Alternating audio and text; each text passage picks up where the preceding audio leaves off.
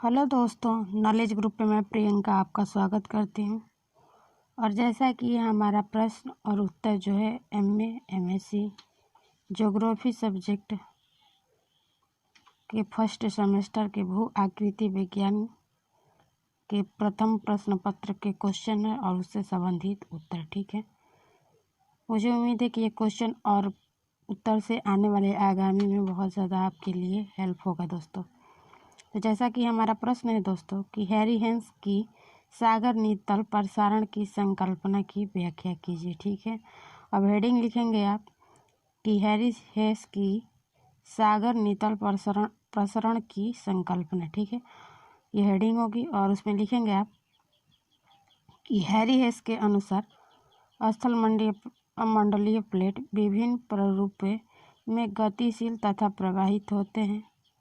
स्मरणीय है कि प्लेटें अपने ऊपर स्थित महाद्वीप तथा महासागरीय भागों को अपने प्रवाह के साथ ही स्थानांतरित करते हैं और उपयुक्त तथ्यों के आधार पर हैरी हेंस ने महाद्वीपों के प्रवाह के पक्ष में 1960 ईस्वी में सागर नीतल प्रसारण की संकल्पना का प्रतिपादन किया। ठीक है, आगे आप लिखेंगे हेंस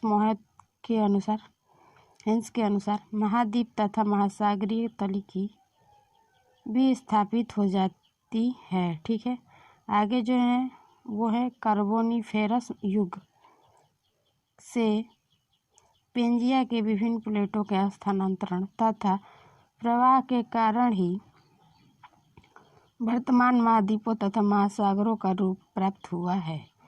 इसके प्रारूपों में भविष्य में भी परिवर्तन हो सकता है क्योंकि इन प्लेटों का प्रवाह अभी भी जारी है। आगे मार्गन के अनुसार 6 प्रमुख तथा 14 गौण या प्रवाह प्लेट हैं। आगे जो है वो है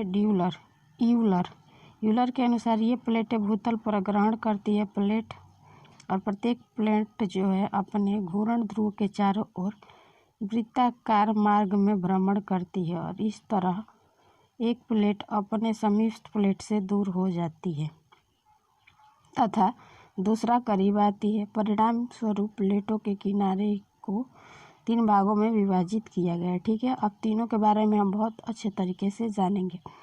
पहला है जो दोस्तों वो है रचनात्मक प्लेट किनारा। ठीक है, जहाँ पर 2 प्लेटें एक दूसरे के विपरीत दिशा में गतिशील होती हैं उसी केंद्र को विकर्षण केंद्र कहते हैं और इस केंद्र के सहारे पृथ्वी के आघात से तब तरल मैग्मा ऊपर आता है और ठोस होकर नए प्लेट का सृजन करता है। इस तरह की घटनाएं मध्य महासागरीय कटक के सहारे घटित होती हैं और इस तरह के 2 प्लेटों के बीच नवीन पदार्थ का सृजन होता है। अतः इसके किनारों को रचनात्मक किनारा कहते हैं। ठीक है, ये पहला है। अब दूसरा जो हम लिखेंगे दोस्तों इसमें लिखेंगे दोस्तों आप विनाशात्मक प्लेट किनारा। ठीक है, जहाँ पर 2 प्लेट आपस में टकराते हैं तो उनके किनारों को विनाशात्मक किनारा कहते हैं क्योंकि एक प्लेट जो भारी पदार्थ का बना है का किनारा नीचे की ओर चला जाता है जहाँ पर वह नष्ट होकर गहराई में विलीन हो जाता है। ठीक है, अब तीसरा लिखेंगे इसमें दोस्तों संरक्षित प्लेट किनारा, जहाँ पर 2 प्लेटें एक दूसरे के अगल बगल सरक जाते हैं और उनमें आपसी अंतरक्रिया नहीं हो पाती है, वहाँ पर भ्रंश का निर्माण होता है। ऐसे किनारों को संरक्षित किनारा कहते हैं। अब टर्शियन युग के नवीन वलित पर्वतों की श्रृंखला ज्वालामुखी तथा भूकंपों के सक्रिय क्षेत्र हैं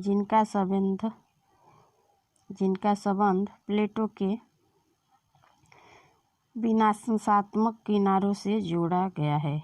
इस तरह पर्वत निर्माण की भूसन्निहित संकल्पना के आधार पर प्लेट विवर्तन सिद्धांत का प्रतिपादन किया गया है, जहाँ पर 2 प्लेटें आमने सामने सरकते हैं तो आपस में टकराते हैं। परिणाम स्वरूप विनाशात्मक किनारों के सहारे एक प्लेट का किनारा मुड़कर नीचे झुक जाता है, जिस कारण दूसरे प्लेट के किनारे पर संस्पर्शी स्पिंडल का प्रभाव होता है और उसका पदार्थ बलित होकर पर्वत का रूप धारण कर लेता है। प्लेटों का भ्रमण कई रूपों में होता है तथा वह अत्यंत जटिल भी होता है। अतः पर्वत निर्माण की प्रक्रिया भी जटिल होती है। स्मरणीय है कि प्लेट सागरीय तथा स्थलीय दोनों प्रकार के होते हैं। और इसके कुछ उदाहरण आप लिख लेंगे दोस्तों।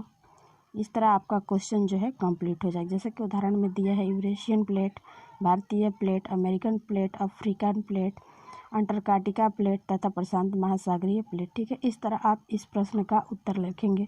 मुझे उम्मीद है कि इस प्रश्न से बहुत ज़्यादा आपको आने वाले आगामी परीक्षा में बहुत ज़्यादा हेल्प होगा। ठीक है दोस्तों, तो इसी तरह की वीडियो के लिए आप हमारे चैनल को सब्सक्राइब करिए, लाइक कीजिए और कमेंट कीजिए कि आपको किस वर्ष के प्रश्न पत्र और आपको उससे संबंधित उत्तर हम कराने का प्रयास करेंगे। ठीक है दोस्तों, फिर मिलते हैं नेक्स्ट वीडियो के साथ। तब तक के लिए धन्यवाद।